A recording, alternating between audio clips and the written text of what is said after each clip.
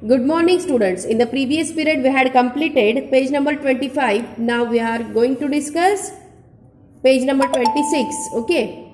Now look. Thus, Shivaji Maharaj was successful in the offensive that he had launched against the Mughals. Sardars such as Tanaji Malusare, Moropanta Pingale, Prataprao Gujar made a valuable contribution in these offensives.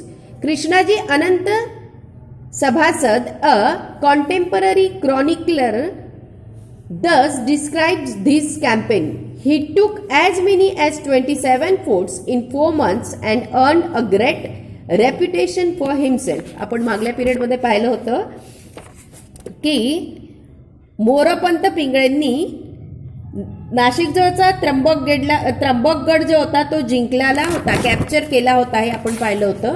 मग शिवाजी महाराजांनी काय केलं, अशा रीतीने शिवाजी महाराज मुघलांच्या विरुद्ध त्यांच्यावर हल्ला करण्यात किंवा त्यांच्यावर चढाई करण्यात यशस्वी ठरले. Thus he had launch against the Mughals. Sardar such as Tanaji Malusare आणि या मोहिमेमध्ये त्यांच्यासोबत तानाजी मालुसरे, मोरोपंत पिंगळे, प्रतापराव गुजर इत्यादी सगळे जे सरदार होते त्यांनी मोलाची अगदी महत्वाची कामगिरी बजावली होती. मेड अ व्हॅल्युएबल कॉन्ट्रीब्युशन है ना, यांनी महत्वाची कामगिरी केली होती. कृष्णाजी अनंत सभासद या मोहिमेचं जे वर्णन आहे ते अ कॉन्टेम्पररी क्रॉनिकल दस डिस्क्राईब दिस कॅम्पेन, म्हणजे या मोहिमेचं सगळं वर्णन जे आहे ते कृष्णाजी अनंत सभासद या बखरकाराने, ते कोण होते, क्रॉनिकलर म्हणजे बखरकार ज्याला म्हणतात, बखर करणारे, त्यांनी कशा पद्धतीने केलं आहे बघा, इथे दिलेलं आहे की ही टूक as many as 27 forts in 4 months. 4 महिन्यामध्ये त्यांनी 27 किल्ले जिंकले. And earn a great reputation for himself, आणि मोठी प्रसिद्धी प्राप्त केली है ना, असं सांगितलेलं आहे. नंतर बघा इथे शिवाजी महाराजांचा मोठा फोटो दिलेला आहे, दिलाय की नाही बघा, किती छान फोटो आहे शिवाजी महाराजांचा है ना. त्याच्यानंतर बघा कोरोनेशन. आता आपण बघणार आहोत शिवाजी महाराजांचं कोरोनेशन म्हणजे त्यांचा राज्याभिषेक. The founding of the Maratha Swaraj involved a relentless struggle for over 30 years. Maharaj realized that now it was necessary for the Swaraj to win general recognition as a sovereign independent state. For this, a formal coronation was necessary. On 6 June 1674, he had himself coronated at Raigad by Gaga Bhatt, a learned Pandit. Rajapatra,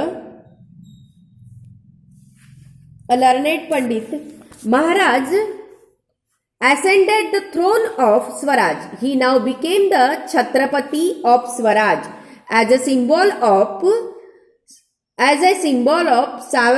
sovereignty.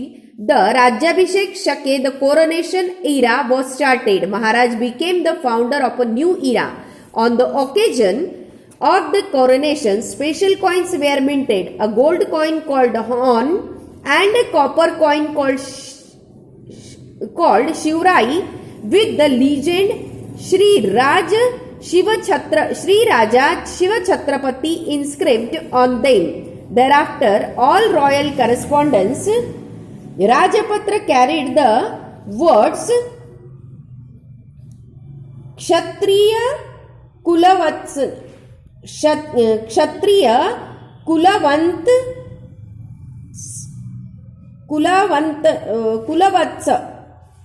है ना, क्षत्रिय कुलावत्स. A dictionary showing Sanskrit alternatives for Persian words was prepared. It is known as राज्य व्यवहार कोश. काय म्हणतात याला, राज्य व्यवहार कोश. Okay, now listen, look here. Now we are going to discuss coronation. Coronation म्हणजे काय, राज्याभिषेक. शिवाजी महाराजांचा आता राज्याभिषेक बघणार आहोत आपण, कसा केला बघा.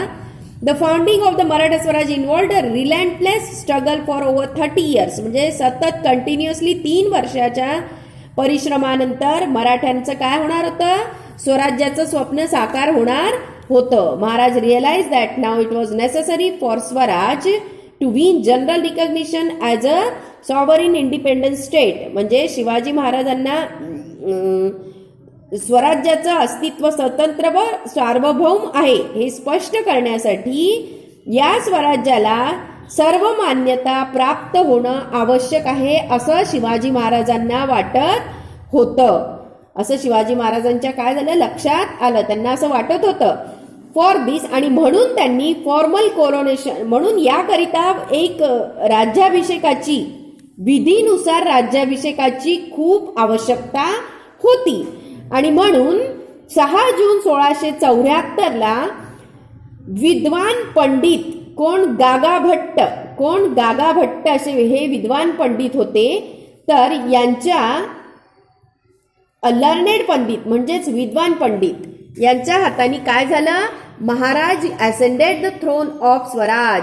यांनी काय केलं, स्वराज्याचं, महाराजांनी स्वराज्य त्यांच्या हस्ते, गागा भट्टांच्या हस्ते रायगडावर शिवाजी महाराजांचा काय झाला, राज्याभिषेक झाला. He now became the Chhatrapati, आणि ते आता स्वराज्याचे छत्रपती बनले. As a symbol of sovereign, the Rajyabhishek as a symbol of sovereignty the Rajyabhishek शके द कोरोनेशन वॉज स्टार्टेड. आणि या राज्याभिषेकाच्या द्वारे महाराज आता स्वराज्याचे कोण झाले, छत्रपती झाले. आणि सार्वभौमत्वाचे प्रतीक म्हणून त्यांनी मग काय केलं, राज्याभिषेक शक ही एक नवीन कालगणना सुरू केली. On the occasion of the coronation special coins were minted. त्याचप्रमाणे स्पेशल कॉइन्स सुद्धा मिंट केल्या गेले. या प्रसंगी त्यांनी काय केलं, ज्याला म्हणतात स्पेशल कॉइन्स, ज्याला म्हणायचं गोल्ड कॉइन, सोन्याचं कॉइन ज्याला म्हटलं जातं तो होन, सोन्याचं होन, आणि तांब्याची शिवराई ही खास काय झाली, ही खास नाणी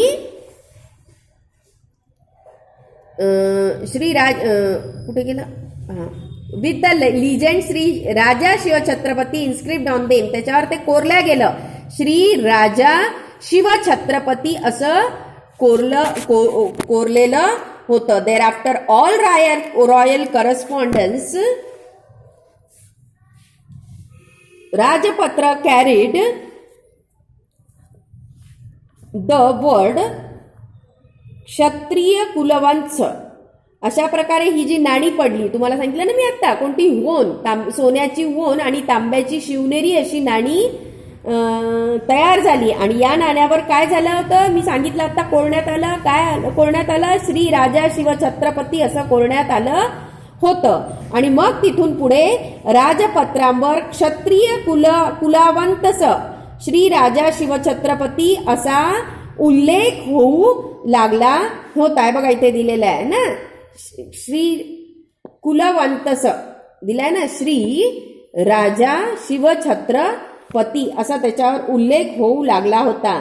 अशा प्रकारे राज्याभिषेकानंतर त्यांनी फारसी शब्दांना एक पर्यायी संस्कृत शब्द, फारसी शब्दांना पर्यायी संस्कृत शब्द असणारा एक काय घडवून घेतला, कोश तयार केला. काय तयार केला, कोश तयार केला. त्यालाच राजव्यवहार कोश असे म्हणतात. काय म्हणतात, राजव्यवहार कोश असे म्हणतात. Like this students, we have completed this lesson up to page number 26, up to Rajya Vyavhar Kosh. Okay students, now the remaining portion of this lesson we will discuss in the next period.